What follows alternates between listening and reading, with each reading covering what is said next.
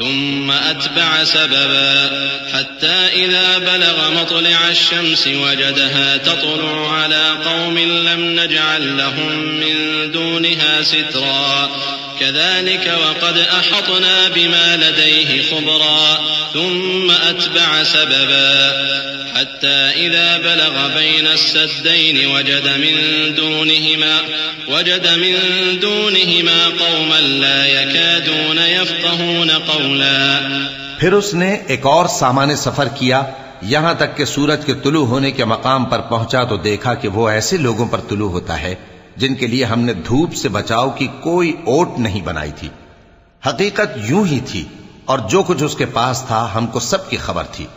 پھر اس نے ایک اور سفر کا سامان کیا یہاں تک کہ 2 اونچے سیدھے پہاڑوں کے درمیان پہنچا تو دیکھا کہ ان کے اس طرف کچھ لوگ ہیں کہ بات کو سمجھ نہیں سکتے. قالوا يا ذا القرنين إن يأجوج ومأجوج مفسدون في الأرض فهل نجعل لك خرجا على أن تجعل بيننا وبينهم سدا قال ما مكنني فيه ربي خير فأعينوني بقوة أجعل بينكم وبينهم ردما آتوني زبر الحديد حتى إذا ساوى بين الصدفين قال انفخوا حتى إذا جعله نارا قال آتوني أفرغ عليه قطرا فما استطاعوا أن يظهروه وما استطاعوا له نقبا قال هذا رحمة من ربي فإذا جاء وعد ربي جعله دكاء وكان وعد ربي حقا. ان لوگوں نے کہا کہ اے ذوالقرنین یاجوج اور ماجوج اس علاقے میں فساد کرتے رہتے ہیں بھلا ہم آپ کے لیے خرچ کا انتظام کر دیں کہ آپ ہمارے اور ان کے درمیان ایک دیوار کھینچ دیں. ذوالقرنین نے کہا کہ خرچ کا جو مقدور اللہ نے مجھے بخشا ہے وہ بہت اچھا ہے.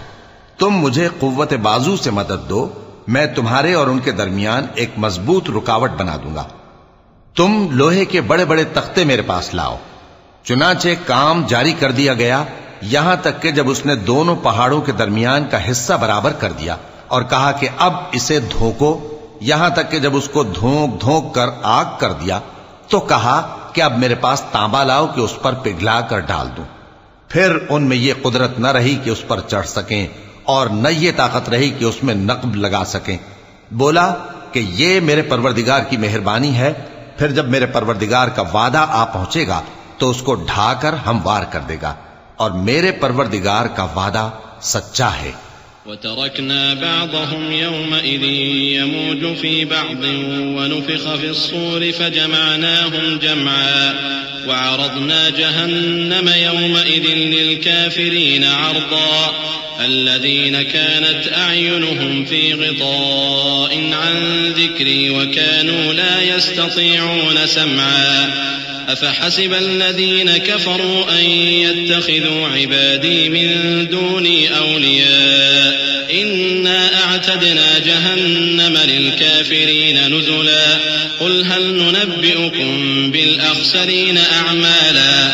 اس روز ہم ان کو چھوڑ دیں گے کہ روئے زمین پر پھیل کر ایک دوسرے میں گھس جائیں گے اور سور پھونکا جائے گا تو ہم سب کو جمع کر لیں گے اور اس روز ہم جہنم کو کافروں کے سامنے لائیں گے جن کی آنکھیں میری یاد سے پردے میں تھیں اور وہ سننے کی طاقت نہیں رکھتے تھے. اب کیا کافر یہ خیال کرتے ہیں کہ وہ میرے بندوں کو میرے سوا اپنا کارساز بنائیں گے تو میں خفا نہیں ہوں گا؟ ہم نے ایسے کافروں کے لیے جہنم کی مہمانی تیار کر رکھی ہے. کہہ دو کہ ہم تمہیں ایسے لوگ بتائیں جو اعمال کے لحاظ سے بڑے نقصان میں ہیں. الذين ضل سعيهم في الحياة الدنيا وهم يحسبون أنهم يحسنون صنعا أولئك الذين كفروا بآيات ربهم ولقائه فحبطت أعمالهم فلا نقيم لهم يوم القيامة وزنا ذلك جزاؤهم جهنم بما كفروا بما كفروا واتخذوا آياتي ورسلي هزوا إن الذين آمنوا وعملوا الصالحات كانت لهم جنات الفردوس نزلا خالدين فيها لا يبغون عنها حولا. یہ وہ لوگ ہیں جن کی دوڑ دھوپ دنیا کی زندگی میں برباد ہو گئی اور وہ یہ سمجھے ہوئے ہیں کہ وہ اچھے کام کر رہے ہیں.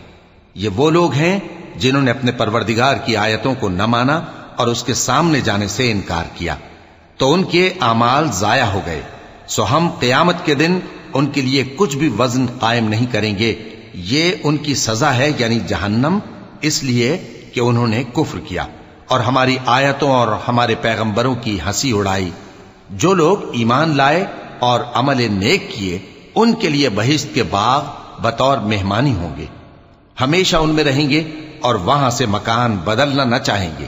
قل لو كان البحر مدادا لكلمات ربي لنفد البحر قبل أن تنفد كلمات ربي ولو جئنا بمثله مددا قل إنما أنا بشر مثلكم يوحى إلي أنما إلهكم إله واحد فمن كان يرجو لقاء ربه فليعمل عملا صالحا ولا يشرك بعبادة ربه أحدا.